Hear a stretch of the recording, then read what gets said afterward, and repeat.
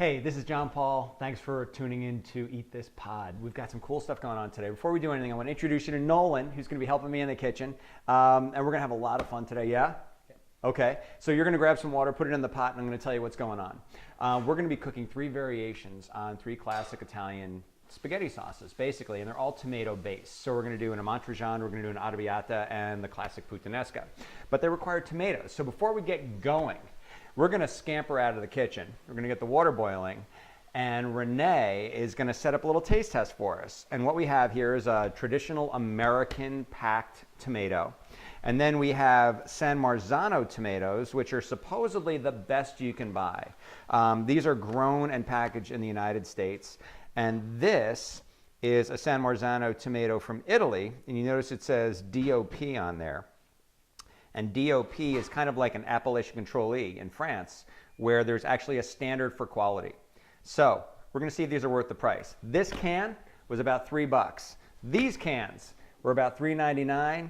This was $5.99. So we're going to see, does it make a difference? So we're going to get out of here. Renee's going to set up the taste test, and we'll be right back. Nolan, let's get out of here.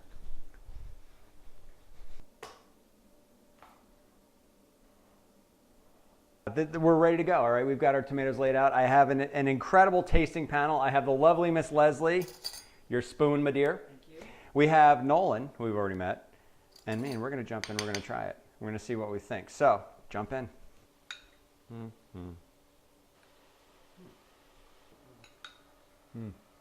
It turns out that the winner is our moderately priced American San Marzanos.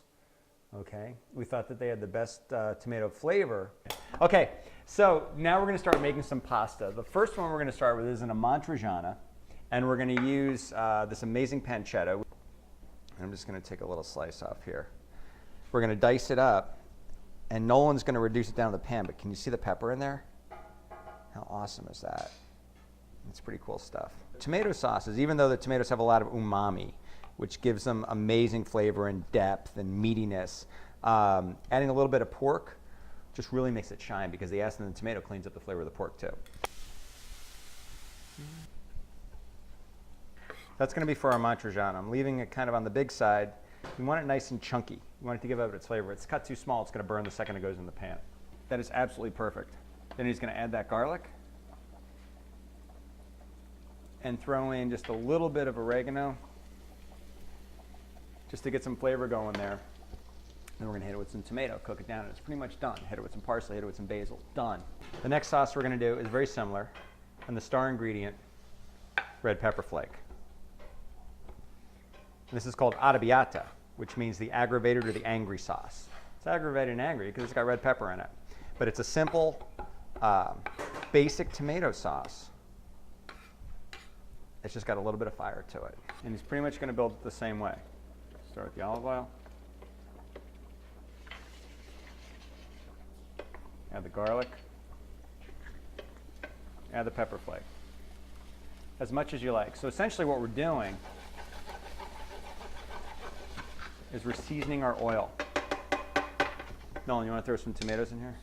The tomatoes will stop the cooking process. And a little bit of oregano. And just let it infuse. And that's it. So I don't want a big, thick, clumpy sauce. Notice there's no puree. We're just using fresh crushed tomatoes or chopped up whole tomatoes because it should be really light. It should almost be brothy. Okay, the last pasta that we're going to make is my favorite. It's puttanesca. It's a little more involved, but it's really quite simple. We're following the same thing. Starting with olive oil in the pan. We're going to have our garlic. We're going to have we're going to use dry basil and oregano.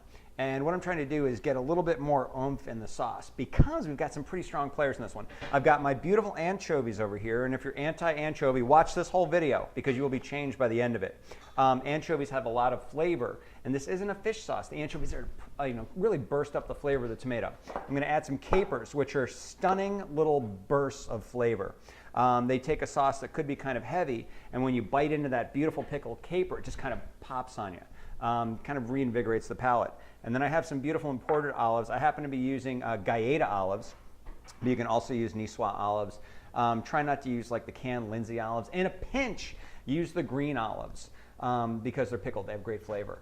but this is my favorite. And I can kind of do this ahead of time and give it a little mix and just take my olives. These are already pitted, which makes them very handy. And we're actually going to sweat these down a bit so that they have great flavor. And then capers. Now another element I can use to burst up the flavor of the sauce is to use a little bit of the juice from the caper or a little bit of the juice from the olive. I can do that instead of using wine. All right, it gives me a lot of flavor. And also whatever it was pickled in, if it was red wine vinegar, if there were herbs, spices, things like that, plus the salinity, I can use it instead of salt, but it's very flavorful salt if you think of it that way. And because it's liquid, it disperses immediately and I don't have to wait for the salt crystal to dissolve. The puttanesca, puttana means streetwalker or prostitute. And it's believed that this was a dish that prostitutes could make quickly while they were waiting for a client, or they could make for their client. It's got all canned ingredients. So theoretically, women working in houses of prostitution were only to go out once a week to shop. So these all had to be items that could be held without refrigeration. So that's the basis of our sauce. It's super spicy. It's delicious. It's absolutely my favorite pasta sauce of all time. Now the finishing touch part. I'm going to chop up some herbs. Now you notice that we had basil and oregano and stuff like that in the beginning. Those were dried herbs and spices. I'm going to finish it with fresh herbs, and I'm very lucky because we have basil growing outside. So I'm going to hit it with some basil and some parsley. And this will go for all three of these. So to cut this stuff up, I'm just going to work it into a pile like this, and then roll it up into kind of a bundle. Just kind of keep rolling it back on top of itself. We're going to cut something called a chiffonade, which is just kind of a slice. Like that. Now the reason I'm cutting this way is so that I expose all that surface area and I get that amazing flavor out of the herb. If I just randomly chop it on the board, I run the risk of crushing the herb and leaving a lot of the flavor on the board. Okay, it's time for a plate up. Nolan's going to work the cheese station. We've got a beautiful piece of Parmesan cheese. That's going to go on two of our dishes. It will go on our Montrejan and the arrabbiata. All right, the one with the pancetta and the one, the fiery, hot, aggravated sauce, will definitely get the cheese. So let's take a look at our pasta. Come on over here, take a look at this. Now, as it sat here, it got a little stuck together. So what I'm going to do is, underneath here, check this out. Because we put the colander back over the pot that it was cooked in, it caught the water. So I'm just going to throw this back in and just rehydrate it real quickly. Just get it nice and loose again. What I didn't want to do was run a lot of cold water over it or even hot water, because I want the starch on the outside of the pasta because it's going to help bind the sauce together and it's going to make the sauce stick to the pasta. Typically, when you go out and you have pasta, the tomato sauce falls off the outside of the spaghetti and you end up eating the spaghetti and you have a bowl full of tomato sauce. But by doing this technique, everything will stick on the pasta. And we're actually going to put the pasta in the sauce. Now this is a very Italian thing, because in Italy, they actually cook the pasta in the sauce a little bit. And that makes the sauce part of the pasta, instead of having a big bowl of pasta and dropping the pasta sauce on top. It's time to eat the Montrejan. Very nice. The angry or aggravated sauce.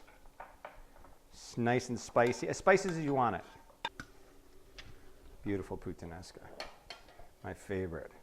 I like this sauce a little bit on the looser side, because you've got a lot of strong flavors in here. So I like it a little bit juicier. Super simple. Same technique over and over again. Sous Chef Nolan, awesome. Pleasure. It's time to snack, my friends. Let's see what the tasters think.